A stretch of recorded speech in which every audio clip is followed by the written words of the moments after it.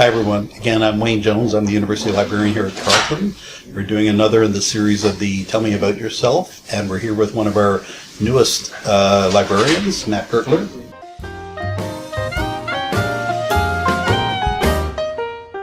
Welcome, Matt. Thank you very much. And you've been here for about 2 months. Yes. Yeah. How's it going? I think it's going very well. I've had the opportunity to visit several business classes and work on research projects with actually quite a few business students so far. Yep.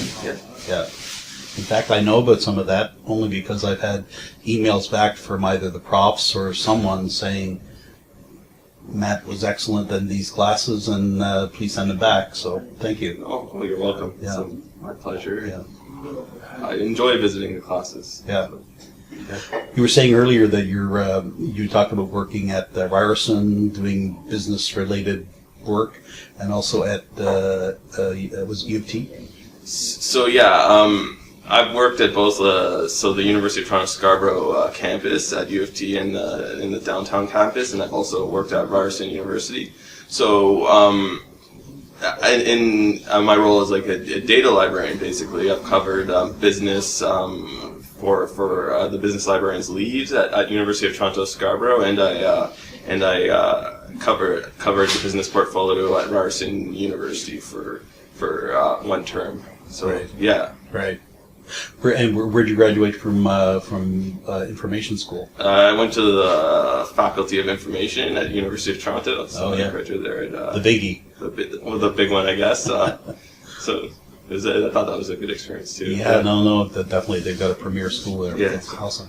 Yeah. What?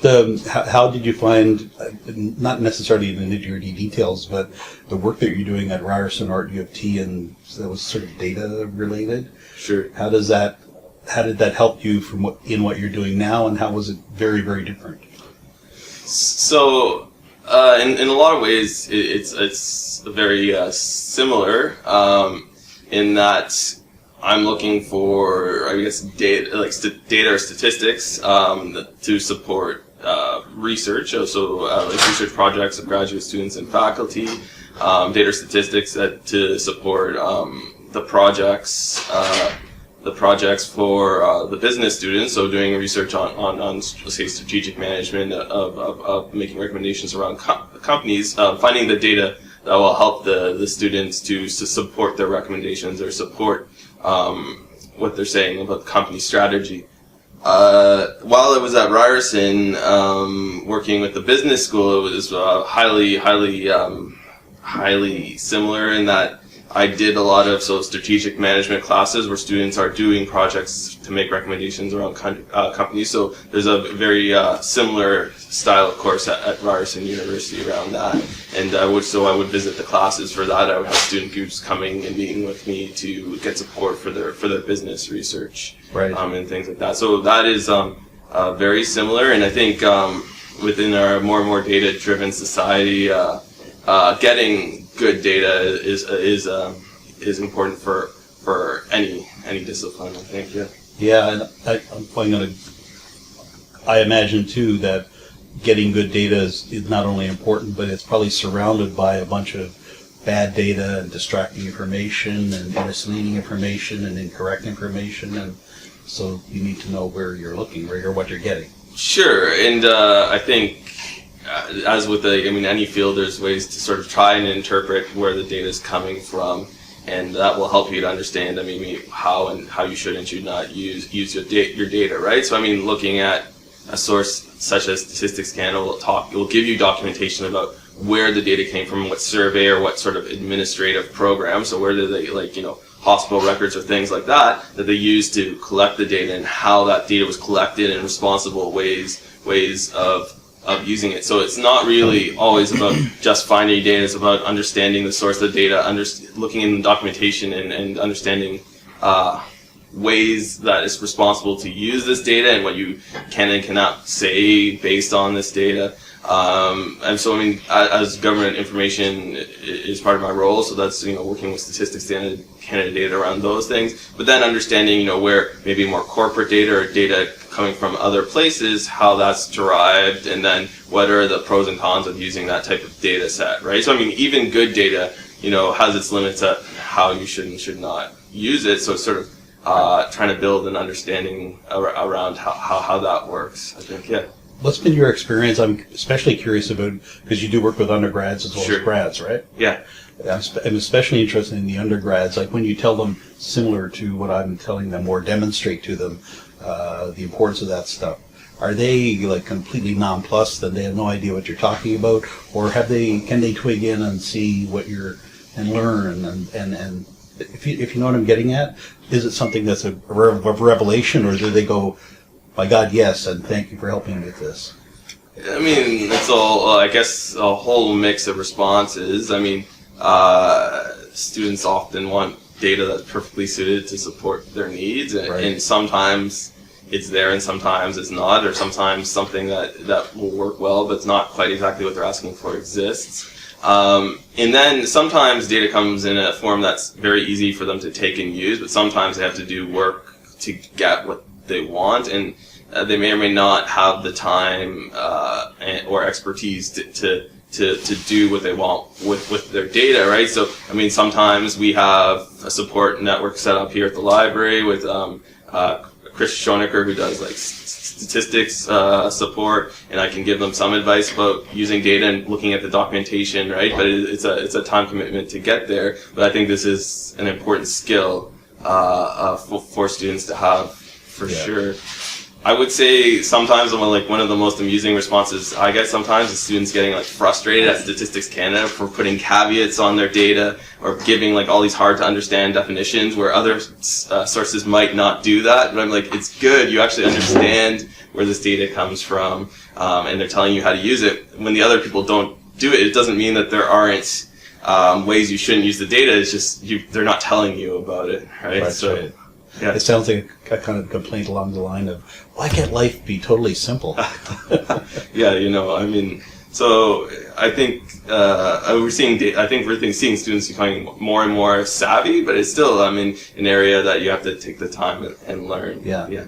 I can imagine that, because I didn't study those areas, but I can just imagine you're dealing with people in their, who are 19 or something like that, or 8 or 20, and just, it's kind of, the whole thing would be intimidating in a certain kind of way. Not that they're dumb or anything, quite the opposite, but I mean, I think they're very able to learn these skills. Are very in a good place, right? And they're very technically savvy. I guess it's just I would say a type of, and I think our students are very talented, right? I think it's just a different type of information than people are normally used to dealing with. Yeah. So it's like it's a challenge, and I think when we put the time in, we see definitely great things from them, right? So, and I think that's why at the library the data programming is like the data and statistics programming is very important. Right. Yeah. You mentioned what was your first position out of information school? Was it the Bronfman job that you mentioned? Yeah. So my first library-related job out of information school, I was working as a part-time business librarian at the Bronfman Business Library, which is located in the Schulich School of Business at York University. And I think that's where I had the opportunity to develop my preliminary skills in business, right? So working on a reference desk, answering business questions from students, and getting a very wide breadth of questions about how to find business resources, or and about strategies for business research, which set me up to being able to support business. Right. Following that, right? And then actually, I did also work as a graduate student at the Map and Data Library. Before that, right? So that was sort of a way to get sort of a very good grounding in data and statistics resources that are available. Yeah. Mm-hmm. How about the subject areas, like you mentioned about we talked a fair bit about data, but like business and economics you mentioned also is something that, how do you stay abreast of that sort of stuff? So to stay abreast in, I mean, what's going on, I think maintaining a strong network with my librarian colleagues across Ontario and maybe beyond. So I'm a membership of a group called ABLE. I think the Association of Business and Economics Librarians, I believe, but I could be very wrong about that acronym. Basically, is like a community that you can ask questions to, and they have meetings talking about how they support their business goals. So I guess the community can grow together, can learn together about what's happening with the resources that we have, able to support business research. So I think basically being involved in community and going to conferences is for me a fantastic way to continue to grow, I guess, as a librarian. And yeah, I wanted to ask about actually conferences, because I wondered whether this is not my area of expertise at all. Sure. Are there business-related conferences that are no-brainers for you to attend, or? I mean, for me, I'm likely going to be going to sort of a meeting of business librarians from the ABLE group. It should be happening later in the spring, and basically, so a meeting of business librarians from across Ontario talking about what they've been doing. I mean, in the past, as a data librarian, I think the no-brainer for me was going to the Data Liberation Initiative meetings. So I'm going there and hearing about what Statistics Canada is doing with data, and an international conference called IASIS, which is sort of people who are around supporting data use in universities, right, including economics and business data to some degree. Yep. Yeah. So I think going to those conferences has always been a good way to sort of expand my network, to know who's doing what and where I could learn more, who I could learn more from, and also seeing the great projects that other people are doing around my areas. Yeah. Yeah. What kind of, speaking of projects, are you working on anything yourself? Do you have a research niche that you're particularly interested in? I mean, so I've typically been involved in research. I haven't really, I guess in my 2 months here, I haven't really started up yet with any research. It's about time. With any research projects yet. I guess I'm still feeling out, learning about, the business and economics communities, and then who needs support with government information further. So I'm sort of still learning about the Carleton community there. I mean, in the past, I've worked on projects with faculty around bibliometrics, so like looking at citations to understand what's been published in certain disciplines. Like the one, right. Yeah. So one paper we did was in animal behavior, and looking at what species were published about in animal behavior over the history of the discipline. I've done a lot of work about basically working, when I've done things at my institution, talking about them in conferences, so presentations about work I've done, so data visualization presentations and things like that at conferences. So I've done those presentations at, like, say, as I mentioned, IASIS. So right. We did some data viz presentations for the digital humanities, so I talked about those. So, I mean, that's the type of, I'd say, research and work I've done in the past. Yeah. We do have faculty members here, digital humanities, who work on corpuses, I guess, and that sort of thing. I know that's going on here at Carleton. When you mentioned the bibliometric stuff, have you talked to George Glimovich? And have you? Not about. You should have a chat, yeah, because it's a passion of his as well, and sure. very important. Okay. And we're actually trying to work with the Office of the VP Research International to convince them of the fact that we have info here, we have tools, kind of thing. Yeah. So have a chat with George, definitely. Sure. Yeah. Where did you? How did you come to? Were you born here in Ottawa? I was not. Where were you born? Ajax, Ontario. So Ajax. In the GTA. I see. I've used their stuff to clean my sink. It's very good. I'm sure it's manufactured right there, right? But yeah. But seriously, have you? Like, how did you? You went to high school, obviously. Sure. You got a bachelor's degree. How did you fall into library information school? So I mean, I originally have, I guess, a bachelor in history, and I did have a bachelor in education. And I think I found, like, when I'm doing teaching and doing research, one of the things I enjoy is sort of the information literacy side of that. So how to find and evaluate information. So I think based on that experience, I thought that library school would be a good option to be able to continue to do that type of work. And I think that's why as a librarian I prefer sort of a front-facing role, working directly with students and faculty to support their research and learning, right? So basically for the information literacy side is, I think, why I went in to library school. Yeah. Excellent. Yeah. No. Did you know that? I'm just curious about like when you were either doing your bachelor's degree or afterwards. Did you know that there was such a thing as library information schools, kind of thing, or? I would say no.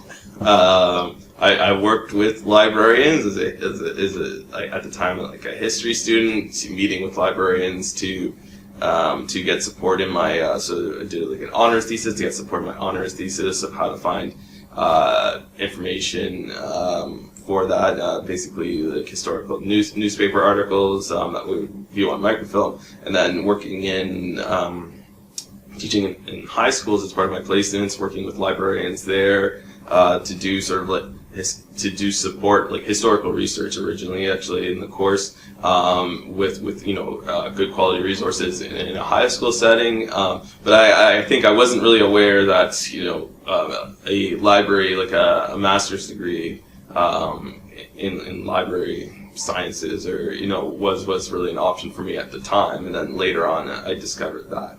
Yeah. I think that might be a common thing. I know way back when I was getting mine, that I never really realized there was such a thing, but there is a thing, obviously. Yeah, it's a graduate degree to be a librarian. Yeah, I guess it takes, I think, a lot of people by surprise. Right. I mean, working with students, sometimes I guess they think I look super young. They still mistake me. They're like, "So what year are you taking courses?" So everyone tells me to take it as a compliment. You should take it as a compliment. Yeah. Speaking of someone who never gets asked that question, you look super young. Why are you a student here? Never get asked that. Mike gets asked that. Yeah, of course. I don't. The other question I had was a very more general one about kind of the feel of the university. I've myself worked at a couple of universities, and Carleton has a certain feel, and the other ones that I've worked at have a certain feel.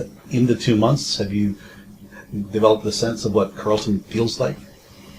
Not necessarily the library, the campus, or the faculty, or the students, or whatever, if you know what I'm getting at. So I'm trying to like a big question, right? So I've been here only for somewhat of a short time. I think the feeling I get from Carleton is I guess highly student centric. So I mean, really built to support students in their education and learning. I get the feeling that I guess it's a collegial environment too. So colleagues are very supportive in my work. So far I felt that it's been a very welcoming culture. But I think, and as I spend more and more time, I'll sort of understand Carleton more and more. Yeah. So I mean, I've had when working at U of T and working at Ryerson, they were both also very good. St. George at U of T and Ryerson were very positive cultures as well. So I think I'm seeing the same type of trends here. Yeah. I hope it continues that way. Yeah. We're happy to have you here. Yeah, Thanks for doing much. this. Yeah, thank you.